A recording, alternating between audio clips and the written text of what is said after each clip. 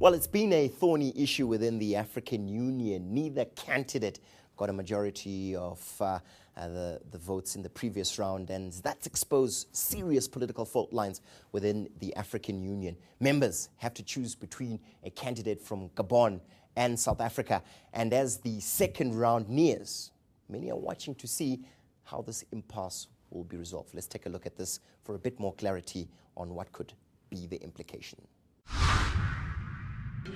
It was a hotly contested race, but ended in deadlock.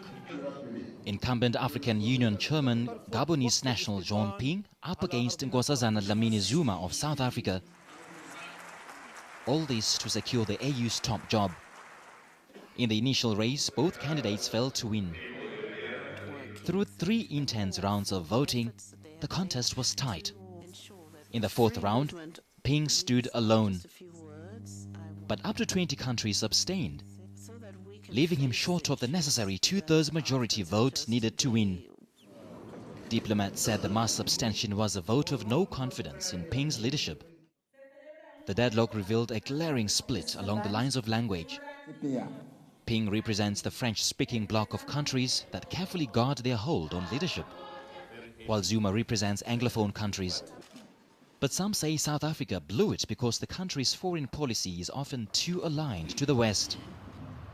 They accuse Pretoria of siding with Western nations on the Libya and Ivory Coast crisis last year. So the question now is, who will come out victorious in the rerun next month? Simpio Nkowane, E-News. Well, to take the conversation forward, I'm now joined here in our Johannesburg studios by Dr. Kofi Kwaku from WITS.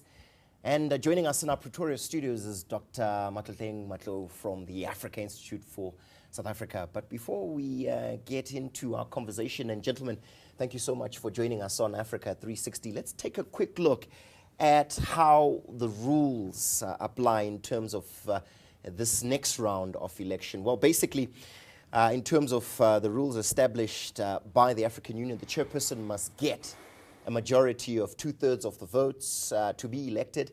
If not, automatically a follow-up round is imposed. Only specific AU members have the right to vote, i.e. member states that are not under sanction. Countries can be under sanction, for example, Mali, because they had a coup there, similarly Madagascar.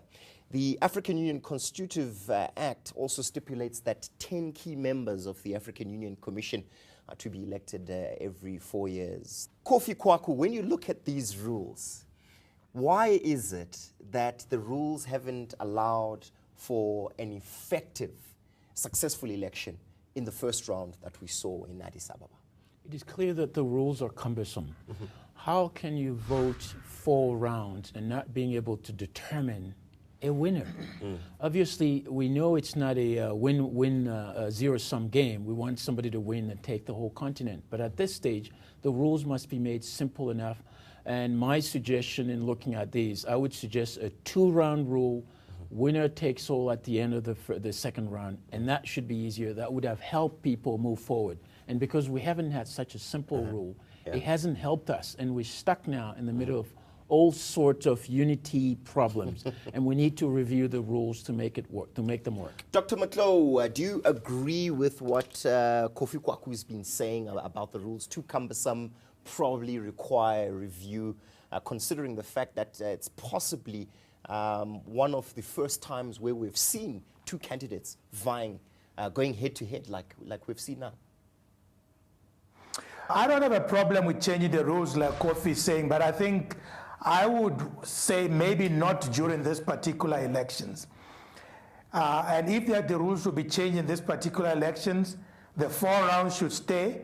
And after that, if there's no winner, then the 2 candidates should then step down. That would be fair in this particular elections. Let's take a quick look also at how the previous round occurred in terms of the breakdown of the votes, in terms of the voting patterns. Well, basically, at the 18th AU Summit in Ethiopia in the first round, and remember there were a number of rounds, we saw Jean Ping taking 28 seats, and at a later stage we saw him taking 27 seats, and then Nkosazana Dlamini-Zuma took 26 of those votes. In the final, none of them got the 2/3 majority as required. Jean Ping gets 29 and 24 votes. Kofi Kwaku, significant variance in the first round and the second round. And as we see here, 32 votes, 4 votes less than the required 36 votes required to actually get that 2/3. What does this variance basically tell us about what was going on? Two things that it show.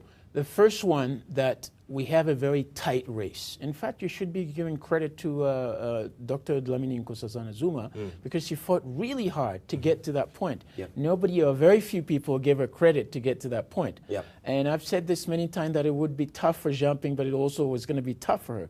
Usually incumbents have a slight edge. In any elections, they're well known, they're very alive, everybody knows about it. The second point is that literally the rules of the elections don't force a final say. Everybody's now is in limbo. If we want to suggest again that we want to run with the same rules, we're going to find ourselves in the same limbo. And I don't think Africans have the time and the money to waste every time we need a kind of new election. We need to cut this down to the chase and make it work for Africa. Let's bring in Dr. Mato. I saw a significant variance. At one stage, it was very close in the first round, and then we saw the gap increasing between the two. Does that give us any kind of analytical predictability to anticipate what's going to happen in this upcoming round of votes for the AUC? Well, we don't know really, because the two countries have been campaigning since January, and it's been up and down in certain cases. If you went on the basis of language divides, you might say that mainly the Anglophone countries would vote for South Africa. But we know Kenya is the deputy of the AU Commission, and they have clearly said they would not do that. There was some hope in South Africa in May when there was the binational with Nigeria that they might have won Nigeria over. That is not totally clear either. We know there have been also a number of other permutations on the African continent since January. The elections that are happening in Egypt have no clear indication whether by the time the elections take place there will be a president. The situation in Guinea-Bissau, in Mali, Madagascar have not changed. But let me just throw a spanner in the works for Kofi Kwaku and say, I know in SADC, for example, if a country has not paid its membership dues, it is suspended. Maybe we should bring that into the AU as well and see that those who can vote are only those who have paid up their dues. We know many countries have not done that. Why should they be allowed to vote?